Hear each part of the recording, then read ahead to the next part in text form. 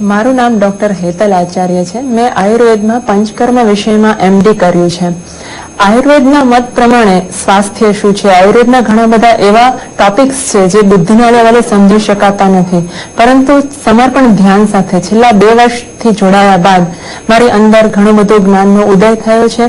સમર્પણ ધ્યાન દ્વારા ખરેખર સ્વાસ્થ્ય એટલે શું? સામાન્ય રીતે મિત્રો આપણે એવું માનતા હોઈએ છીએ કે સ્વસ્થ રહેવું એટલે શારીરિક રીતે સ્વસ્થ રહેવું, આપણું શરીર સારું રહે, પણ એવું નથી। આપણા વિચારોની સ્વસ્થતા પણ જરૂરી છે। WHO પણ સ્વાસ્થ્યની વ્યાખ્યા આપતા કહ્યું છે કે physical, mental, social and spiritual wellbeing A complete health છે। તો એની પ્રાપ્તિ આપણને સમર્પણ ધ્યાન દ્વારા થઈ શકે છે। બીજી વાત મારે ડોક્ટર મિત્રોને ખાસ શેર કરવાની છે એ છે કે ડોક્ટરો સમાજના એક સ્તંભરૂપ છે અને ડોક્ટરોની આસપાસ જે કંઈ પણ નકારાત્મક બીમારીઓ, વિચારો લઈને પેશન્ટ આવે છે એને પણ ધ્યાન દ્વારા આપણી આસપાસ એક પોઝિટિવ ઓરા બને છે। એના દ્વારા એક પોઝિટિવિટી મળે છે, સકારાત્મકતા મળે છે અને ડોક્ટરો પણ ખૂબ ખુશ રહે અને પોતાનું કાર્ય કરી શકે છે, જેનું જીવતું જાગતું ઉદાહરણ હું પોતે છું। આપણું પણ માનસિક સ્વાસ્થ્ય જળવાઈ રહે છે અને એક જીવન જીવવાની સુંદર અને સરળ પદ્ધતિ મળે છે આપણને આ ધ્યાન દ્વારા।